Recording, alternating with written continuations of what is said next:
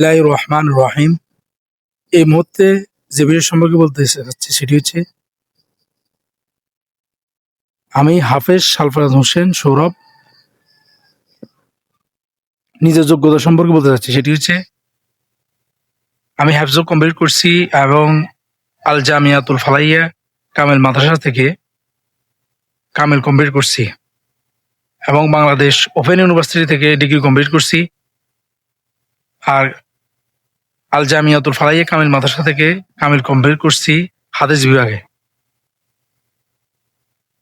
বর্তমানে আবারও কামেল করতেছি তাফসির বিভাগে।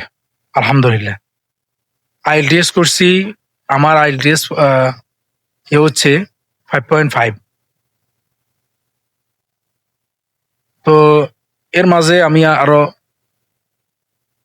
বাংলাদেশ অরফেন্স সেন্টারে 4 বছর চাকরি করছি এবং উম্মুল কুরা মাদ্রাসায় 1 বছর চাকরি করছি।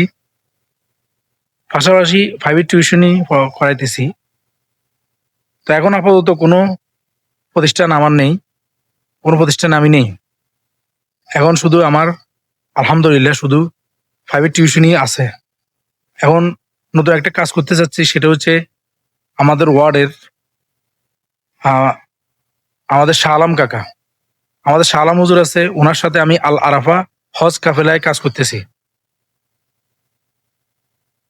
তো আল আরাফা ওনার সাথে আমি আল আরাফা হজ কাফেলায় ওনার শেয়ার হোল্ডার হিসেবে আছি।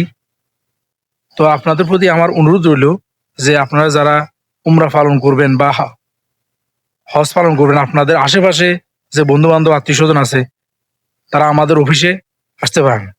আমাদের অফিস হচ্ছে ন্যাশনাল হাসপাতালের পাশে, নতুন যে ন্যাশনাল হাসপাতাল আছে ওইটার পাশে।